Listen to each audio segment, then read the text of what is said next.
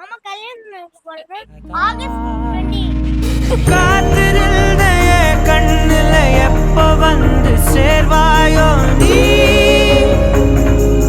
நீ போகும்போது சாய்க்காத பெண்ணே பெண்ணே ஓ கண்ணே சத்தம் இல்லா வேறுலகம் நாமடி யாதும் நிதானனி முக்காலமும் நீயா கால நீரின் கடலாக தாமதித்த படகாக நீ தான் உரை போவ உயிரின் தீயா நீயா சொல் என்